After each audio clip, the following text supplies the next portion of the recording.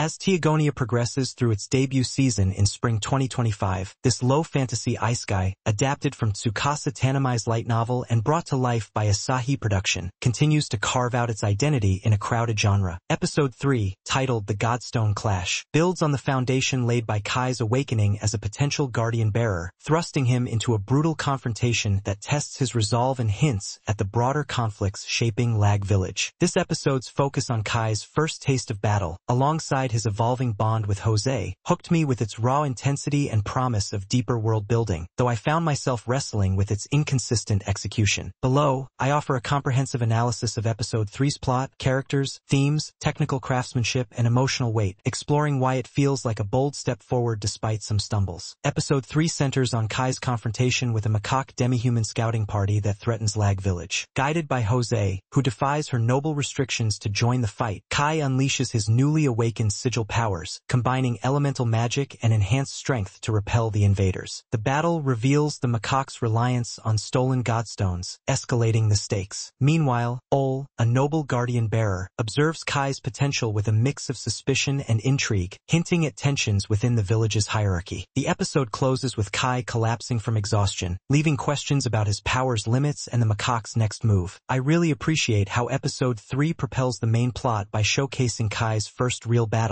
a pivotal moment that solidifies his role as a guardian-bearer. The macaque skirmish serves as a major turning point, demonstrating the tangible threat of demi-human invaders and Kai's ability to counter them with his sigil-enhanced abilities. This fulfills the episode's role in the arc by transitioning from setup to action, answering the question of how Kai's powers function in combat while raising new ones about the macaque's motives and the Godstone's origins. The hint of Ol's scrutiny adds a layer of political intrigue, suggesting Kai's rise could disrupt the village's power structure. That said, I'm not entirely convinced the episode maximizes its narrative potential. The pacing feels rushed, cramming the battle and its aftermath into a tight 24 minutes, which leaves little room for reflection. I personally don't understand why the writers didn't linger on Kai's post-battle exhaustion to underscore his vulnerability, as the quick cut to Ol's reaction felt jarring. While the episode doesn't resolve the broader macaque conflict, it effectively sets up future stakes, and I anticipate Kai's growing prominence will spark new challenges. Still, I think a more balanced pace could have deepened the impact. Kai and Jose remain the episode's core, and I love how their battlefield partnership reveals new dimensions of their characters. Kai's resolve shines through as he faces the macaques, his clenched fists and determined glare reflecting a mix of fear and defiance. A moment where he hesitates before unleashing a fiery sigil attack hints at his uncertainty about his powers, adding depth to his journey. I think this vulnerability makes his growth compelling, though I didn't like how his dialogue occasionally leans on generic shonen bravado, like, "I won't let them hurt the village," which feels out of step with his introspective side. Jose, voiced by Kana Hanazawa, continues to captivate with her blend of courage and restraint. Her decision to fight alongside Kai, defying noble gender norms, reveals a fierce determination, and her sharp command, "Stay focused, Kai," during the battle showcases her leadership.